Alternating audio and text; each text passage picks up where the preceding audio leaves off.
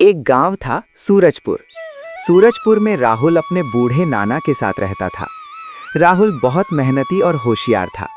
वो दूसरों के खेतों में मजदूरी करके परिवार का गुजारा चलाता था। अगर कभी खेतों में काम न मिले तो वो जंगल में लकड़ी काट कर लाता। इतनी मेहनत के बावजूद वो मुश्किल से 2 वक्त की रोटी जुटा पाता था। वो हमेशा सोचता, काश मेरे पास थोड़ा सा पैसा आ जाए तो मैं कोई छोटा मोटा धंधा शुरू कर दूं और इस गरीबी से हमेशा के लिए छुटकारा मिल जाए। लेकिन मेहनत के बावजूद पैसा नहीं जमा हो पाता था। राहुल के नाना बहुत कमजोर हो चुके थे। देखने में लगता था कि अब उनके दिन ज्यादा नहीं बचे। नाना ने एक दिन ने राहुल को पास बुलाया। नाना जी, क्या हुआ? आपने अचानक मुझे क्यों याद किया? बेटा, मुझे लगता है मैं इस दुनिया में अब बस कुछ ही दिनों का मेहमान हूँ। नाना जी, आप ऐसा क्यों कह रहे हैं? तभी नाना ने उसे एक चमकदार चीज थमाई जो बिल्कुल हीरे की तरह जगमगा रही थी। ये लो बेटा, मेरे पास देने लायक इसके सिवा कुछ भी नहीं बचा। राहुल उसे देखकर बहुत खुश हो गया। कुछ दिन बीत गए, नाना इस दुनिया से चले गए। राहुल जब भी उस चमकदार हीरे को देखता तो मन ही मन खुशी से झूम उठता। रात को सोचता, इस हीरे को बेचकर अच्छा व्यापार शुरू करूंगा और जल्द ही अमीर बन जाऊंगा। एक दिन राहुल गांव के सुनार के पास गया। भाई साहब, ये देखिए मैं क्या लाया हूँ। आप कितने रुपए देंगे? राहुल, ये क्या लाए हो? ये कोई हीरा वीरा नहीं, बस एक साधारण कांच का टुकड़ा है। ये सुनकर राहुल के पैरों तले जमीन खिसक गई। दुखी होकर वो हीरा लेकर घर लौट आया।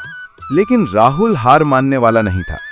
उसने सोचा, कल शहर के सबसे बड़े जौहरी के पास जाऊंगा और इसकी असली परख करवाऊंगा। विक्रम सिंह शहर का सबसे बड़ा जौहरी था। उसके यहाँ राजा, महाराजा, मंत्री और बड़े जमींदार आते थे।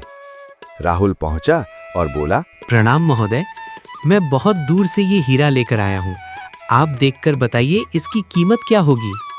विक्रम सिंह ने गौर से देखा, भौहें सिकोड़ी और गुस्से से बोले, ये क्या मजाक है? तुम मुझे मूर्ख समझते हो? ये कोई हीरा नहीं, बस एक मामूली पत्थर है। तुम मुझे धोखा देने आए हो? अपना ये टुकड़ा उठाओ और यहाँ से निकल जाओ, वरना बाहर फेंकवा दूंगा। राहुल बोला, महोदय, ऐसा नहीं हो सकता। ये हमारे खानदान की इज्जत है। मेरे नाना जी ने बड़ी मुश्किल से मुझे दिया था। घर में मुश्किल है, इसलिए सोचा बेच दूं। विक्रम सिंह ने फिर देखा और बोले, माफ करना भाई, लेकिन ये सचमुच हीरा नहीं है। मैं इतना अनुभवी हूं कि एक नजर में बता देता हूं कि असली हीरा है या नहीं। राहुल ने गिड़गिड़ा कर कहा, भाई साहब, अगर आप खरीद नहीं सकते तो इसे अपने पास रख लीजिए। अगर कोई ग्राहक आए तो बेच दीजिएगा, वरना कुछ दिन बाद मैं आकर ले लूंगा। कृपया मदद कर दीजिए। विक्रम सिंह का दिल पिघल गया और उन्होंने हीरा रखने को हामी भर दी। राहुल बोला, मैं तो इसे 400 रुपए में बेचना चाहता हूँ। आप ग्राहकों को 400 ही बताइएगा। कई ग्राहक आए, लेकिन विक्रम सिंह ने नाम खराब करने के डर से किसी को नहीं दिखाया। बीच बीच में राहुल आता रहा, लेकिन हर बार निराश होकर लौट जाता। एक दिन विक्रम सिंह के पास एक आदमी आया। प्रणाम महोदय, मैं पड़ोस के राज्य इंद्रपुर के राजा वीरेंद्र सिंह का सेवक हूँ। राजा अपनी बेटी के लिए हीरा जड़ा हार चाहते हैं। विक्रम सिंह ने कई हीरे दिखाए, लेकिन वो आदमी किसी से संतुष्ट नहीं हुआ। आखिरकार विक्रम सिंह ने राहुल वाला हीरा दिखाया। वो आदमी देखते ही खुश हो गया। यही तो चाहिए, कितना खूबसूरत है। इसका दाम कितना है? विक्रम सिंह ने सोचा, राहुल तो 400 मांग रहा है, क्यों न मैं 800 बता दूं, मुझे 400 का मुनाफा हो जाएगा। महोदय, ये बेशकीमती हीरा है। इसकी कीमत 800 रुपए है। मेरे पास अभी 800 नहीं है, लेकिन 5000 रुपए है। आप सौदा पक्का कर लीजिए, बाकी पैसे जल्दी लेकर आऊंगा।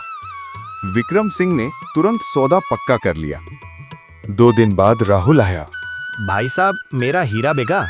अभी नहीं, लेकिन कोशिश जारी है। ठीक है, फिर मुझे हीरा वापस कर दीजिए। सुना है कोई बड़ा व्यापारी उस हीरे की तलाश में है, मैं वहीं बेच दूंगा।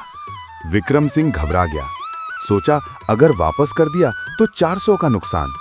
इससे अच्छा है खुद ही खरीद लूं। राहुल भाई, मैं कई दिनों से सोच रहा था कि ये हीरा मैं ही ले लूं। मुझे इसकी चमक बहुत पसंद है। लो, तुम्हारे 400 रुपए अभी दे रहा हूं।